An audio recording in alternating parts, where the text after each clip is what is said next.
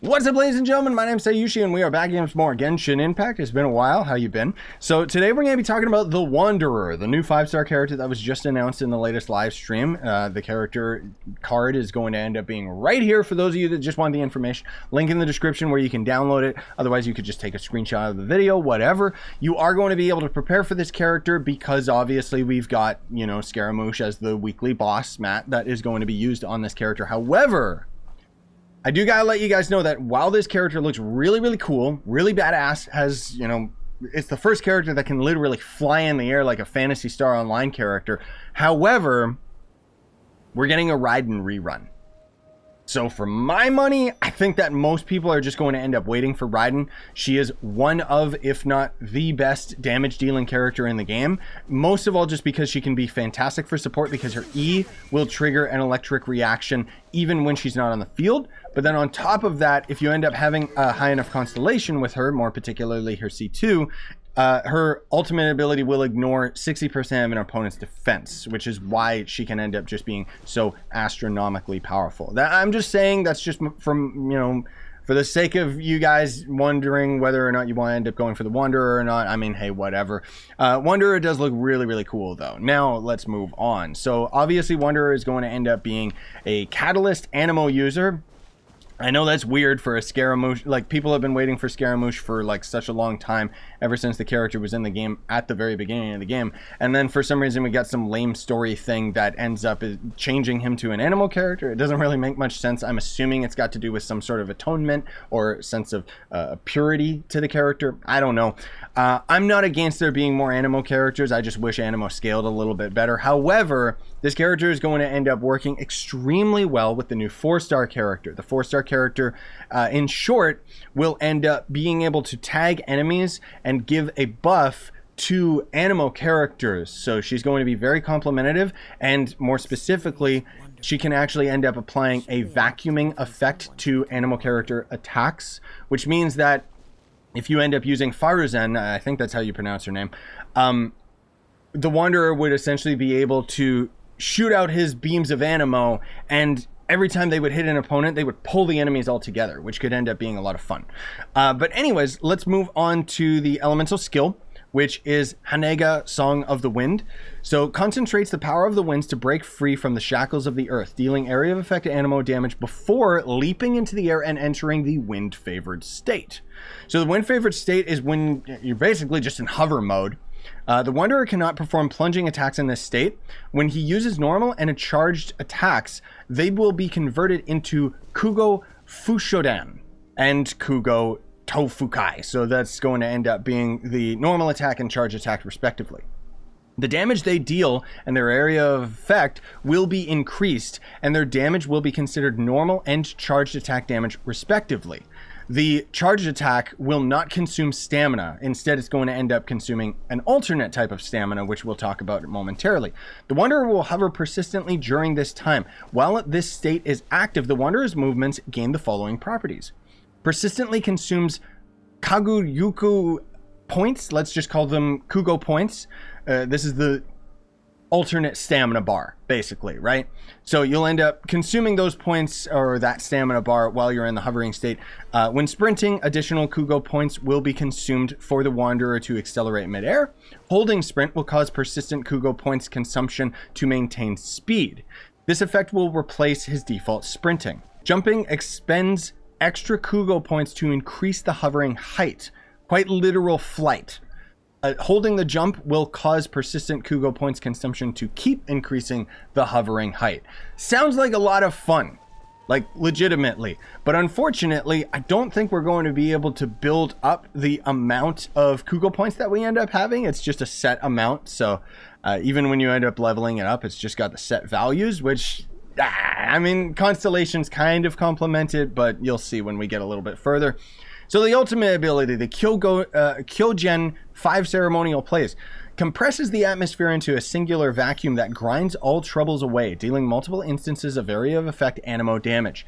If the character is in the wind-favored state due to this, you know, floating in the air, Wind favored state will end after casting your ultimate ability. That's all there is for the description of the ult. It doesn't really say as much as I was expecting it to, but generally speaking, it's just romper, stomp, go burr. Like, it's just a baby having a tantrum. I'm not gonna lie, I think that the ultimate looks really, really lame. Like, that's just me. I don't know. What do you guys think? If you think it's cool, sound off in the comments if you actually care to talk about it. Passive skills now. So Mora expended on ascending bows and catalysts will decrease by 50%, so you get to save quite a bit of Mora. The Jade claimed flower passive, so if the E ability comes in contact with hydro, pyro, electro, whatever, when it is unleashed, this instance of the wind favored state will obtain buffs according to the contacted enemies. So basically, if you tag an enemy with hydro and then you use your E to jump into the air, then you will end up having 20 more Kugo points. Pyro, you'll have 30% attack. Cryo, you'll have your crit rate increased by 20%. And Electro, when normal and charge attacks hit an opponent, 0.8 energy will be restored. Energy can be restored once every 0.2 seconds. You can have up to 2 different kinds of these buffs simultaneously. So it would pay to end up having multiple people in your party that are different elements, so they're tagging enemies constantly, or have 2 different enemies tagged with 2 different elements, which for my money is a little bit annoying because it means that you got swap to one character, tag, swap to another character, tag, then swap to him and use the E, which the less character swapping the better in my opinion, because it's just, I'd rather just do persistent damage. But anyways, then there's the other last passive, Gales of Reverie. So when the Wanderer hits opponents with the normal attack or charge attack in wind favored state respectively, he has a 16% chance to obtain the descent effect, which will do the next time the Wanderer accelerates in midair. While in this instance of the wind favored state, this effect will be removed. The acceleration instance will not consume any Kugo points, and he will fire off 4 wind arrows that deal 35% of his attack as Anemo damage each. So basically what it's saying is, if you end up having your base attack or your charge attack end up triggering before you end up going into the air, and you get lucky enough to get the descent effect, it means that you can jump into the air and keep doing damage. Sure, just keep shooting things, but as soon as you dash, you're gonna remove that buff, not take any of the Kugo point stamina system, at least for a little bit. I don't think it's like a permanent thing for a long amount of time, and then it'll end up triggering those particles that'll shoot out towards enemies and deal a lot of damage. Now, for each for each normal or charged attack that does not produce this effect, the next attack of those types will have a 12% increased chance of producing it on top of the 16% chance initially. The calculation of this effect production is done once every 0.1 seconds. So it basically means that you're going to be more benefited to tag enemies with normal attacks first and then jump into the air if you end up having the effect, but it's not required. So moving on to the constellations, the C1. So when in the wind favored state, the attack speed of the Wanderer's base attack or charge attack is increased by 10%. Additionally, the wind arrows fired by the passive talent Gale of Reverie that we just talked about will deal an additional 25% of his attack as damage. The C2 is when in the wind favored state, the Kyogen 5 ceremonial plays will see its damage increase by 4% per point of difference between the max amount of Kugo points contrasted with Kugo points present capacity when using the skill.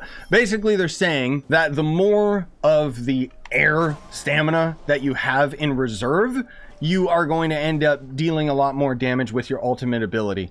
And the reason why they have that weird lengthy explanation talking about the Kugo points contrasted, they're saying because of the fact that if you end up reacting with Hydro, you end up getting 20 additional points. So there you go. You can increase the ultimate's damage by a maximum of 200% in this method, which, good lord. The C3 is going to end up making your E ability gain 3 additional levels. And then the C5 is when casting your E ability, Song of the Wind, should the passive talent, Jade Claimed Flower, be triggered, the character will gain buffs in correspondence to the contracted elemental types, and also obtain an untriggered buff. A maximum of 3 such corresponding elemental buffs can be existing simultaneously. So I think that what it's saying, the description is a little bit weird. I think the translation is a little bit wrong here. if I'm not mistaken, it's saying that instead of being able to have 2 of these buffs active at a time, you can now have 3 simultaneously. While on top of that, it also says there's going to end up being an untriggered buff, or quite literally whatever the untriggered buff is, you can have 3 of those. I'm not exactly sure on that, so sorry if I have a bit of misinformation there. The C5 is going to end up increasing the ult by 3 levels, and then the C6, when the Wanderer actively hits an opponent with your base attack while in the flight state, the following effects will occur. You'll deal an additional instance of the Fushodan at the position hit, dealing 40% of the attack's original damage. This damage will be considered normal attack damage, which is pretty nutty. That's pretty crazy. It means that you actually have to prioritize your normal attack, which is weird. I mean, if you end up having a C6, obviously. When the Wanderer falls below 40 Kugo points, you'll end up restoring 4 points to him. Kugo points can be restored in this manner once every 0.2 seconds. This restoration can occur up to 5 times within 1 win-favored duration. So you essentially are going to end up increase 4 points, lower, increase 4 points, up to a total of 5 times, which basically gives you a lot more airtime, which would be absolutely awesome. But that's a C6, so the only people that are going to get that are the whales. Now, as far as the attributes are concerned, it seems like this character is safely going to end up being a DPS, which means that you would end up building it the same as any other DPS, focusing on crit rate, crit damage, and attack percentage, with obviously getting Anemo damage as well, just because of the fact that it's a Catalyst character. I don't really have the most Catalyst, so you can't really look at what I've got and say, oh, those are the best or they're bad. Generally speaking, you can end up getting the one from the Battle Pass for the crit rate, or you can end up getting the Black Cliff one from the store every now and then to end up having the crit damage. Any 5-star is going to end up working very well on the character, but generally speaking, the best in slot is going to end up being the new 5-star one, which will end up having the substat of crit damage, and this is going to end up being the passive of it. So normal attack speed is increased by 10%. After the wielder unleashes an elemental skill, normal attack damage will be increased by 4.8% every second for 14 seconds. After hitting an opponent with a normal attack during this duration, normal attack damage will further be increased by 9.6%. This increase can be triggered once every 0.3 seconds. The maximum normal attack damage increase per single duration of the overall effect is 48%. So 48% extra damage in total, which is nuts.